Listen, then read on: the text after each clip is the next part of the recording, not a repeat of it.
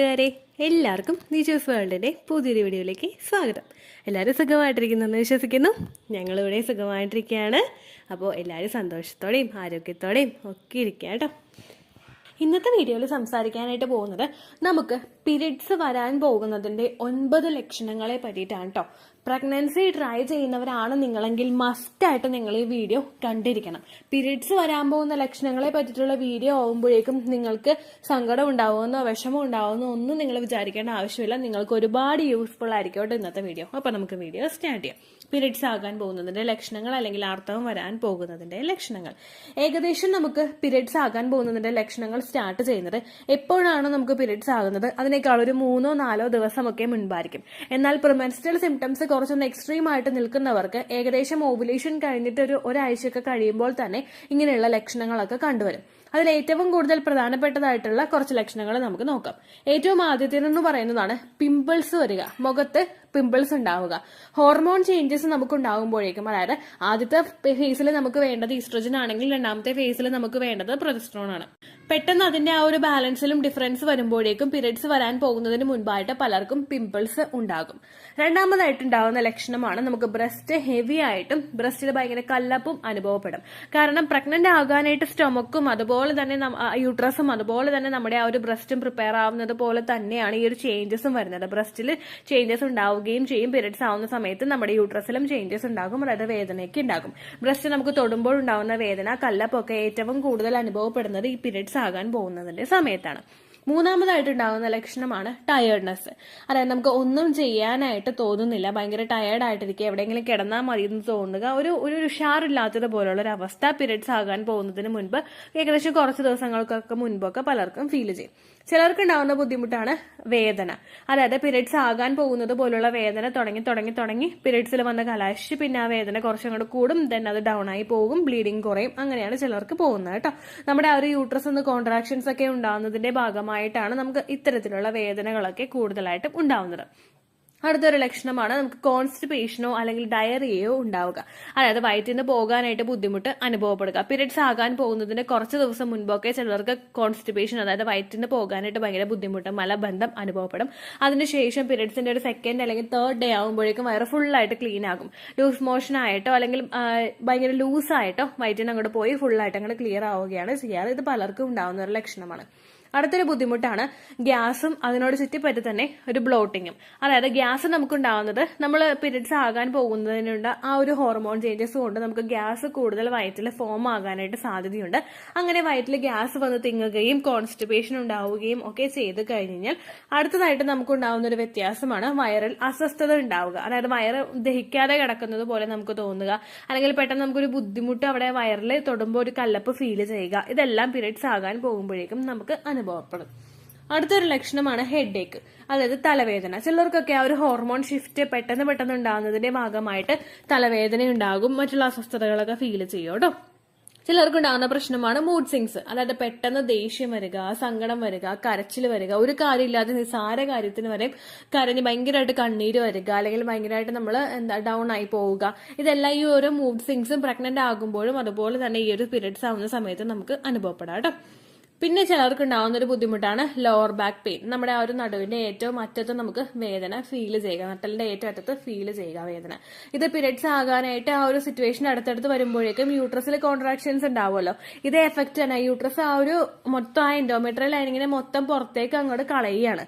അങ്ങനെ ചെയ്യുന്നതിന്റെ ഭാഗമായിട്ട് യൂട്രസിൽ കോൺട്രാക്ഷൻ ഉണ്ടാകും. ഇപ്പൊ യൂട്രസിന്റെ തൊട്ട് പുറകിൽ നിൽക്കുന്ന നമ്മുടെ ആ ഒരു ലോവർ ബാക്കിന്റെ ഭാഗത്തും നമുക്ക് ബുദ്ധിമുട്ടുകൾ ഉണ്ടാകും.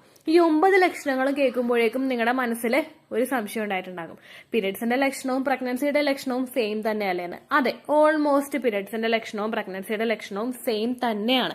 കാരണം ഇത് രണ്ടും നമുക്ക് ഉണ്ടാകുന്നത് ഹോർമോൺ ചേഞ്ചസ് കൊണ്ടാണ്. ഇങ്ങനെയുള്ളൊരു വിഷയത്തെ പറ്റിയിട്ട് വീഡിയോസ് ചെയ്യുന്നതിനുള്ള പ്രധാനപ്പെട്ട കാരണം എന്താണെന്ന് വെച്ച് കഴിഞ്ഞാൽ, കുറച്ച് ദിവസമായിട്ട് കമന്റ് സെക്ഷനിൽ ഒരുപാട് പേര് പറയുന്നുണ്ട്, ചേച്ചി എനിക്ക് പിമ്പിൾസ് വരുന്നുണ്ട്, ഇത് പീരിയഡ്സ് ആകാൻ വേണ്ടിയിട്ടാണ്. അല്ലെങ്കിൽ ചേച്ചി എനിക്ക് ലോവർ അബ്ഡമൻ ഭാഗത്ത് വേദന വരുന്നുണ്ട്, ഇത് ഇംപ്ലാന്റേഷൻ നടക്കാൻ വേണ്ടിയിട്ടാണോ? ഇങ്ങനെയുള്ള ഓരോ കാര്യങ്ങൾ, കാരണം ഇതിന് രണ്ടിനും നമുക്ക് സിംറ്റംസ് ഉണ്ടാകും. രണ്ടും കളിക്കുന്നത് ഹോർമോൺസ് വെച്ചിട്ടാണ്. അപ്പൊ ഈ രണ്ട് വ്യത്യാസം നമുക്ക് ഉണ്ടായിക്കഴിഞ്ഞാൽ, രണ്ട് മാറ്റങ്ങളും നമുക്ക് ശരീരത്തിൽ ഉണ്ടാവുകയാണെങ്കിൽ ഉറപ്പായിട്ടും ഇതിന്റെ ഭാഗമായിട്ട് നമുക്ക് ഉണ്ടാവുന്ന ലക്ഷണങ്ങളും സെയിം ടു സെയിം തന്നെയായിരിക്കും. ആകെ നമുക്ക് വ്യത്യാസങ്ങൾ വരുന്നുണ്ടെങ്കിൽ അത് ബ്രസ്റ്റിൽ മാത്രമാണ്. കാരണം ബ്രസ്റ്റിൽ ഒരുപാട് ചേഞ്ചസ് ഉണ്ടാകും. പീരിയഡ്സിന്റെ സമയത്ത് അങ്ങനെയുള്ള ചേഞ്ചസ് ഒന്നും ഉണ്ടാവില്ല. അതായത് ബ്രസ്റ്റിൽ നമുക്ക് ആ നിപ്പിളിന്റെ ചുറ്റുമുള്ള ഏരിയ ബ്ലാക്ക് ആവും, അല്ലെങ്കിൽ നിപ്പിൾ കുറച്ചൊന്ന് ഇജക്റ്റ് ആയി നിൽക്കുന്നത് പോലെ തോന്നും, നിപ്പിളിന്റെ ചുറ്റും കുഞ്ഞു കുഞ്ഞു ബംസ് ഫോം ചെയ്യും, നിപ്പിളിന്റെ സൈസ് കൂടും.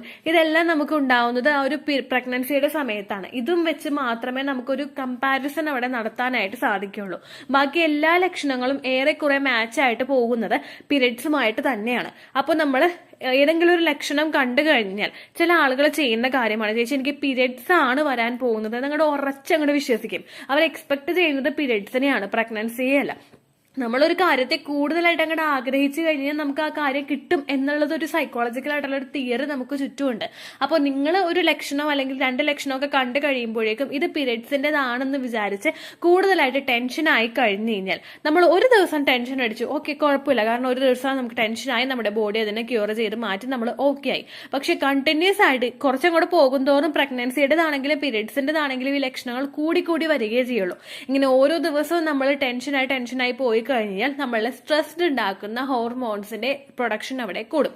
സ്ട്രെസ് ഹോർമോൺസ് പ്രൊഡ്യൂസ് ആയി കഴിഞ്ഞു കഴിഞ്ഞാൽ നമ്മുടെ ആ ഒരു റീപ്രൊഡക്റ്റീവ് സിസ്റ്റവും നമ്മുടെ ബ്രെയിനും തമ്മിലുള്ള സിഗ്നൽ അവിടെ കട്ടായി പോകുന്നു. അങ്ങനെ കട്ടായി കഴിഞ്ഞു കഴിഞ്ഞാൽ വേണ്ട ഹോർമോൺസിന്റെയും അതുപോലെ വേണ്ടത്ര ബ്ലഡ് സർക്കുലേഷനും നമ്മളുടെ ശരീരത്തിൽ നമ്മുടെ റീപ്രൊഡക്റ്റീവ് ഓർഗൻസിലോട്ട് കിട്ടാതെ വരുന്നു. ഇങ്ങനെ വന്നു കഴിഞ്ഞു കഴിഞ്ഞാൽ ഒരുപാട് നാളുകളുടെ പ്രഗ്നൻസി ട്രീറ്റ്മെന്റുകൾ എടുക്കുന്നവർക്ക് അത് സാരമായിട്ട് തന്നെ ബാധിക്കും. കാരണം ഒരുപാട് നാളുകളുടെ ട്രീറ്റ്മെന്റുകൾ എടുക്കുന്നുണ്ടെങ്കിൽ അതിനർത്ഥം അവർ പ്രഗ്നന്റ് ആകാനായിട്ട് കുറച്ച് ബുദ്ധിമുട്ടുണ്ട്, അവരുടെ ശരീരത്തിൽ കുറച്ച് വ്യത്യാസം ണ്ട്. അങ്ങനെയുള്ളവർ ഒന്നും കൂടി ശരീരത്തിനെ തളർത്തി കഴിഞ്ഞു കഴിഞ്ഞാൽ നമുക്ക് ഒരിക്കലും പ്രഗ്നൻസി ആകും. ഈ കാര്യം നിങ്ങൾ മസ്റ്റ് ആയിട്ട് മനസ്സിലാക്കണം. ഇപ്പൊ ഏകദേശം നിങ്ങൾക്ക് വീഡിയോ മുഴുവനായിട്ട് കണ്ടവർക്ക് മനസ്സിലായിട്ടുണ്ടാകും പീരിയഡ്സിന്റെയും പ്രഗ്നൻസിയുടെ സെയിം ടു സെയിം ലക്ഷണങ്ങളാണ്. അപ്പോൾ നിങ്ങൾ ഏറ്റവും കൂടുതൽ വെയിറ്റ് ചെയ്ത് നിൽക്കേണ്ടത് നിങ്ങളുടെ ആ ഒരു പീരിയഡ്സ് മിസ് ആകുന്നുണ്ടോ എന്നതിനെ പറ്റിയിട്ടാണ്. ഇറഗുലർ പീരിയഡ്സ് ഉള്ളവർക്ക് പീരിയഡ്സ് മിസ് ആകുന്നത് നോർമൽ ആയിട്ടുള്ള കാര്യമാണ്. എക്സ്പെക്ടഡ് ഡേറ്റിനേക്കാളും കുറച്ച് ദിവസം നീണ്ടു പോകാം, ഒരുപാട് ദിവസം തള്ളിപ്പോകാം, ചിലർക്ക് വളരെയധികം നേരത്തെയും ആകാം. അങ്ങനെ വരുന്നവരെ എന്നാണോ നിങ്ങൾ കഴിഞ്ഞ മാസം പീരിയഡ്സ് ആയത് ആ ഡേറ്റിൽ തന്നെ നിങ്ങൾ ഈ മാസം എക്സ്പെക്ട് ചെയ്യുക. then അതിനേക്കാൾ ഒരു 10 ദിവസത്തിന് ശേഷമൊക്കെ നിങ്ങൾ പ്രഗ്നൻസി ടെസ്റ്റ് ചെയ്ത് നോക്കിക്കഴിഞ്ഞാൽ ആക്യുറേറ്റ് ആയിട്ടുള്ള റിസൾട്ട് നിങ്ങൾക്ക് കിട്ടും. ഇതിന് ആ ഒരു റിസൾട്ടിൽ നിങ്ങൾ ട്രസ്റ്റ് ചെയ്ത് നോക്കുക. ദെൻ അഗെയിൻ നിങ്ങൾക്ക് സംശയമുണ്ടെങ്കിൽ ബ്ലഡ് ടെസ്റ്റ് ചെയ്ത് നോക്കുക. യൂറിൻ ടെസ്റ്റ് ചെയ്യേണ്ട, ലാബിൽ പോയിട്ട് ബ്ലഡ് ടെസ്റ്റ് ചെയ്ത് നോക്കുക. BHCG ബ്ലഡ് ടെസ്റ്റ് ചെയ്ത് നോക്കിക്കഴിഞ്ഞാൽ HCG ഹോർമോണിന്റെ വാല്യൂ എത്രത്തോളം ശരീരത്തിലുണ്ടെന്ന് വ്യക്തമായിട്ട് മനസ്സിലാവും നിങ്ങൾക്ക്. അതിനുശേഷം നിങ്ങൾക്ക് ടെൻഷൻ അടിക്കുകയാണെങ്കിൽ ടെൻഷൻ അടിക്കാം, കാരണം പോസിറ്റീവ് ആണോ നെഗറ്റീവ് ആണോ അപ്പൊ നമുക്ക് കൃത്യമായിട്ടുള്ള റിസൾട്ട് കിട്ടും. ആ കാര്യത്തിന് വേണ്ടിയിട്ട് നിങ്ങൾ വെയിറ്റ് ചെയ്ത് നിൽക്കുക കേട്ടോ. അതല്ല ഓവറായിട്ട് നിങ്ങൾ ടെൻഷൻ ആവണ്ട. ഇത്രയും നാൾ വരെ നിങ്ങൾ ടെൻഷനായിട്ട് നിങ്ങൾക്ക് പ്രഗ്നൻസി കിട്ടിയോ? ആ കാര്യം നിങ്ങൾ ചിന്തിച്ചാൽ മതി. ഇപ്പോൾ പ്രഗ്നന്റ് ആകാനായിട്ട് ട്രൈ ചെയ്യുന്നവര് ഒരു വർഷത്തോളം കണ്ടിന്യൂസ് ആയിട്ട് ട്രൈ ചെയ്തു. ഓവുലേഷൻ ഡേറ്റ് കഴിഞ്ഞു കഴിഞ്ഞാൽ അപ്പം മുതൽ ടെൻഷനാ. അത്രയും വരെ ടെൻഷനായിട്ട് നിങ്ങൾക്ക് ഇതുവരെ പ്രഗ്നൻസി കിട്ടിയോ എന്നുള്ള കാര്യം നിങ്ങൾ ആദ്യം ചിന്തിക്കണം. അപ്പൊ ഈ ടെൻഷൻ കൊണ്ട് എന്തെങ്കിലും ആവശ്യമുണ്ടോ അത് നിങ്ങൾ ചിന്തിക്കണം. അപ്പൊ ഈ ടെൻഷൻ മാറ്റി ഒന്നിരുന്ന് കഴിഞ്ഞ് നിങ്ങൾക്ക് പ്രഗ്നൻസി കിട്ടുമോ എന്ന് നിങ്ങളൊന്ന് ചിന്തിക്കണം. അതായത് ഓവുലേഷൻ സമയത്ത് ഫുള്ളായിട്ട് അങ്ങോട്ട് കൂളായിട്ടിരിക്കുക. എങ്ങനെയാണോ ഹസ്ബൻഡായിട്ട് ഫസ്റ്റ് നൈറ്റ് സ്പെൻഡ് ചെയ്തത് അല്ലെങ്കിൽ അതിന് ശേഷമുള്ള നിങ്ങളുടെ രാത്രികൾ സ്പെൻഡ് ചെയ്തത് അതുപോലെ തന്നെ ഉത്സാഹത്തോടെ നിങ്ങൾ സ്പെൻഡ് ചെയ്യുക. അതിനുശേഷമുള്ള സമയങ്ങളിൽ ഇംപ്ലാന്റേഷൻ ഡേയ്സ് ആണല്ലോ ഇതെന്ന് വിചാരിച്ചിട്ട് ഒന്ന് അനങ്ങുമ്പോൾ വേദനിക്കാനോ അല്ലെങ്കിൽ ഒന്ന് എവിടെയെങ്കിലും ഒന്ന് മുട്ടിക്കഴിഞ്ഞാൽ സങ്കടപ്പെടാനോ അല്ലെങ്കിൽ ഒരു കുരു വന്നു കഴിഞ്ഞാൽ വിഷമിക്കാനോ അങ്ങനെ ഒന്നും നിങ്ങൾ നിൽക്കണ്ട കേട്ടോ. ഹാപ്പി ആയിട്ട് നിങ്ങളുടെ ലൈഫ് നിങ്ങൾ എൻജോയ് ചെയ്യുക. കുഞ്ഞിനെ നമുക്ക് വേണം, പക്ഷെ അതിൽ മാത്രം നമ്മൾ ചുറ്റിപ്പറ്റി പോയി കഴിഞ്ഞാൽ ഒരിക്കലും ഹാപ്പി ആയിട്ടൊരു കുഞ്ഞിനെ നമുക്ക് കൈ കിട്ടില്ല. നമ്മൾ ഒരുപാട് ടെൻഷൻ ആവേണ്ടി വരും, ഒരുപാട് നമ്മുടെ ബോഡിയെ നമ്മൾ ഡൗൺ ആക്കേണ്ടതായിട്ട് വരും. അതൊന്നും ചെയ്യാതിരിക്കുക, നിങ്ങൾ ഹാപ്പി ആയിട്ടിരിക്കുക കേട്ടോ. അപ്പോൾ ഇത്രയേ ഉള്ളൂ വീഡിയോ. എന്തെങ്കിലും സംശയം ഉണ്ടെങ്കിൽ നിങ്ങൾ കമന്റ്സിൽ ചോദിക്കുക. പണ്ടത്തെ വീഡിയോയ്ക്ക് കമന്റ്സ് ഇടുന്നവർക്ക് റിപ്ലൈ കിട്ടുന്നില്ലെങ്കിലോ നമ്മൾ തമ്മിൽ ഓൾറെഡി ഒരു കോൺവെർസേഷൻ ഉണ്ടായിട്ടും അതിന്റെ കണ്ടിന്യൂഷൻ ആയിട്ട് നിങ്ങൾക്ക് റിപ്ലൈ കിട്ടിയിട്ടില്ലെങ്കിലോ ലേറ്റസ്റ്റ് ആയിട്ട് ഞാൻ ഏത് വീഡിയോ ആണ് അപ്ലോഡ് ചെയ്യുന്നത് അതിന് താഴെ കമന്റ് ഒന്ന് കോപ്പി പേസ്റ്റ് ചെയ്യാനായിട്ട് ശ്രദ്ധിക്കുക കേട്ടോ. അതുപോലെ ഓവുലേഷൻ ഡേറ്റ് കാൽക്കുലേറ്റ് ചെയ്ത് തരാനായിട്ട് റിക്വസ്റ്റ് ചെയ്യുന്നവർ എത്രയാണോ നിങ്ങളുടെ കൃത്യം സൈക്കിൾ ലെങ്ത് അത് മെൻഷൻ ചെയ്യാനായിട്ട് ശ്രദ്ധിക്കുക. സൈക്കിൾ ലെങ്ത് എന്നതുകൊണ്ട് ഉദ്ദേശിച്ചത് ഓരോ മാസവും എത്ര ദിവസം കൂടുമ്പോഴാണോ ബ്ലീഡിങ് വരുന്നത് അതിനെയാണ് കേട്ടോ ഉദ്ദേശിച്ചത്. അതായത് ജനുവരിയിൽ നിങ്ങൾക്ക് ഒരു 1-ാം തീയതിയാണ് ബ്ലീഡിങ് വന്നതെങ്കിൽ, ഫെബ്രുവരിയിൽ നിങ്ങൾക്ക് 2-ാം തീയതിയാണ് ബ്ലീഡിങ് വരുന്നതെങ്കിൽ, ജനുവരി 1-നെ ഡേ 1 ആയിട്ടെടുത്ത് ഫെബ്രുവരി 2 വരെ എത്ര ദിവസമുണ്ടോ അത് എണ്ണി പറയുന്നതാണ് സൈക്കിൾ ലെങ്ത് എന്നതുകൊണ്ട് ഉദ്ദേശിച്ചത് കേട്ടോ. ബ്ലീഡിങ് നടന്ന ദിവസം നിങ്ങൾ എടുത്താൽ മതിയാകും. സ്പോട്ടിങ് നടന്ന ദിവസം, അതായത് ചെറുതായിട്ടുള്ള ബ്രൗൺ ഡിസ്ചാർജോ ബ്രൗൺ കളറുള്ള സ്പോട്ടിങ്ങോ വന്ന ദിവസം നിങ്ങൾ എടുക്കേണ്ട ആവശ്യം ഇല്ല കേട്ടോ. അപ്പോൾ ഇതുപോലെ തന്നെ നിങ്ങൾ ശ്രദ്ധിക്കുക. സൈക്കിൾ ലെങ്ത് ചോദിക്കുന്ന സമയത്ത് എന്നാണോ ഡേറ്റ് അത് നിങ്ങൾ മെൻഷൻ ചെയ്യാതിരിക്കുക. അതായത് ചില ആളുകൾ ജനുവരി 16, ഫെബ്രുവരി 14 അങ്ങനെ പറയും. അങ്ങനെ പറഞ്ഞുകൊണ്ട് കാര്യമില്ല കേട്ടോ. അപ്പോൾ ഇത്രയേ ഉള്ളൂ വീഡിയോ. അടുത്തൊരു യൂസ്ഫുൾ വീഡിയോ ആയിട്ട് നമുക്ക് വീണ്ടും കാണാം. ബൈ.